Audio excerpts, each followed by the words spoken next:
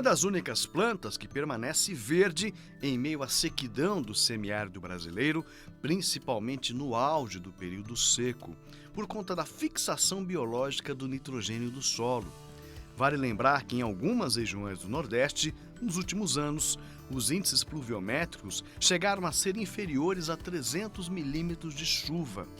Já mostramos o papel relevante que a glicídia, uma leguminosa forrageira com alto teor de proteína, desempenha nos sistemas integrados de produção. Entra como componente florestal para o corte e fornecimento no coxo.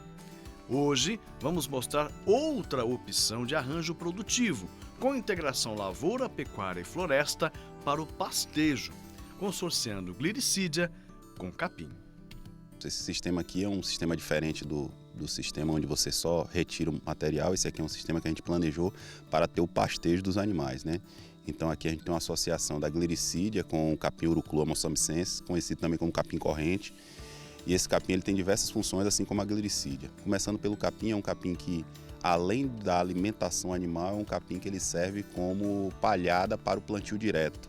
Então essa área onde a gente tem umas estratégias conservacionistas para não ter mecanização de solo em todos os anos, então a gente faz aqui um sistema de plantio direto para sorgo, para milho ou para milheto, todos eles para produção de silagem ou produção de grãos. Aí vai depender da necessidade do produtor.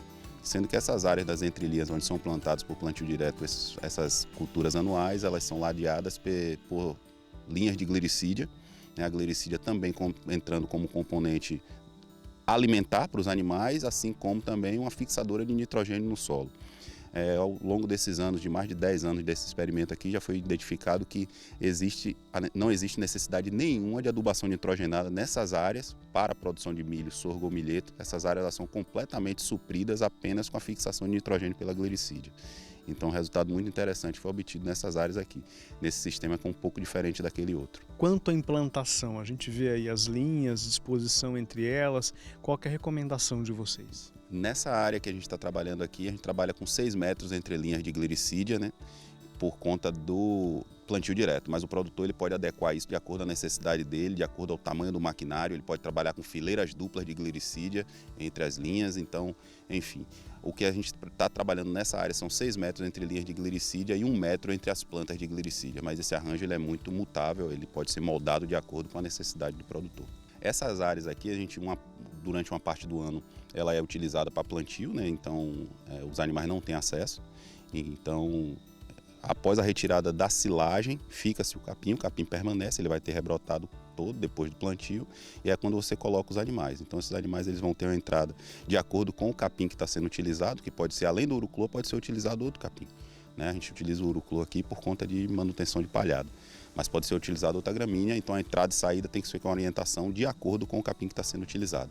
E a glicídia, a manutenção dela em torno de 1,5 m a 1,80 m no máximo, para que os animais tenham acesso ao pastejo da glicídia. E eles vão comer a glicídia, então eles têm que ter uma glicídia de porte mais baixo, cortada sempre mais baixo, para que eles tenham acesso a esse alimento, que é um alimento rico em proteína, né? Então, quando o animal ele está dentro dessa área de pastejo, ele não tem necessidade de uma nutrição fora do que ele obtém aqui dentro. Então tudo que ele necessita em termos de proteína está sendo suprida por esse arranjo que a gente consegue fazer aqui dentro. O potencial de produção de matéria seca é similar ao de outros arranjos produtivos com a glicídia, superior a 30 toneladas por hectare ao ano, e com um ganho extra, muito importante: bem-estar animal. A sombra que ameniza o calor do sertão nordestino. Aqui, como a gente não tem a palma forrageira, então você vai ter um nível energético um pouco mais baixo, né? Então, de produção. Mas aqui você vai também produzir em torno de 30 a 35 toneladas de matéria seca por hectare, por conta da área de produção de milho e da área de produção de milho, de sorgo e milheto e da produção da glicídia, né?